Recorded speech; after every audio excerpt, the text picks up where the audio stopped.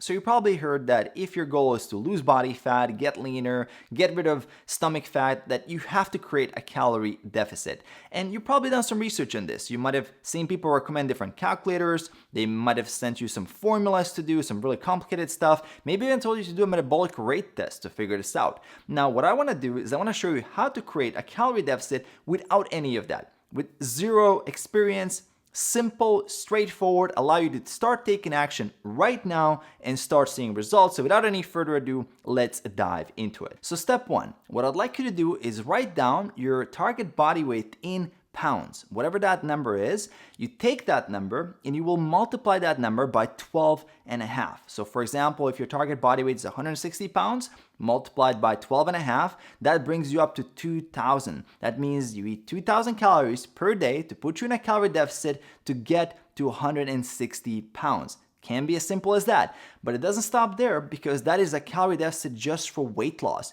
We don't only want weight loss, we want fat loss. And this is why it's so important in order for you to protect your muscle and to gain lean muscle, to do resistance training on top of that. So 3 to 4 sessions, 45 minutes to an hour, progressive resistance training is very, very important. And also what I'd like you to do is have a more active lifestyle. So around 7,000 steps a day will really help you create that calorie deficit and make that calorie deficit more sustainable. Because if you're not doing the walking, if you're not doing any kind of training, it's going to be very difficult and you might actually have to cut calories even more. And then you end up in a situation where it's just so unsustainable for you to stay in that calorie deficit because you simply get too hungry and you start breaking the diet and you simply cannot stay there. So it's important for you to do these factors and not just cut the calories. Now, step number 2, let's talk macronutrients. And before we get into that, what I'd like you to do also is go below this video right now and make sure you smash that like button as hard as you can. It means a lot to me. It helps with the YouTube algorithm to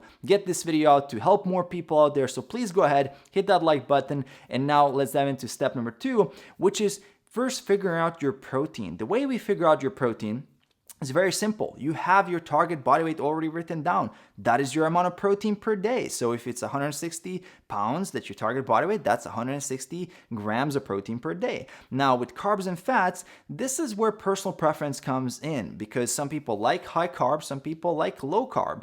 And it really doesn't matter based on research that we have. Actually, if your protein and your calories are the same, whether you're high carb or low carb, you're going to experience the same amount of fat loss. So you get to choose here which one you prefer. And if you're not sure, you can actually just divide it equally between carbs and fats and you're gonna be okay. So that's a good starting point. Now, step number 3 is all about fine tuning. And this is actually the most important step. So what I'd like you to do is take your calories and your macros that we just calculated and plug those numbers into an app like MyFitnessPal. So what I'd like you to do then is track your body weight and your diet using MyFitnessPal so you can hit these calories and macros as accurately as possible for the next 30 days. And across those 30 days, you're gonna see how your body is reacting to this calorie intake and these macronutrients. And your goal is to lose between 0.5% to 1% of your body weight per week on average. So if you're 200 pounds, you wanna lose weight, you're aiming at 1 to 2 pounds per week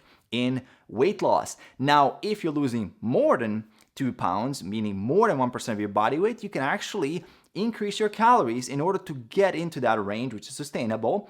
Now, if you're losing less than 0.5%, so less than a pound, you can actually increase your steps or decrease your calories a little bit more to get into that range. And you can also consider this from a hunger perspective. So for example, if you're getting a little bit more hungrier, if you're that 1% of your body weight per week, you can actually increase your calories a little bit more while still staying in that range, but being less hungry, so it's more sustainable for you to see the results. And actually, I just did a video, what I've learned from tracking my calories and my diet for over 1,000 days in a row, so I'd highly recommend you check out that video. I'm gonna leave it here at the end. Also, don't forget to subscribe below to get more content that will help you in your fitness journey. Don't forget to hit that like button as well. Details for coaching in the description below, and I will see you in the next video.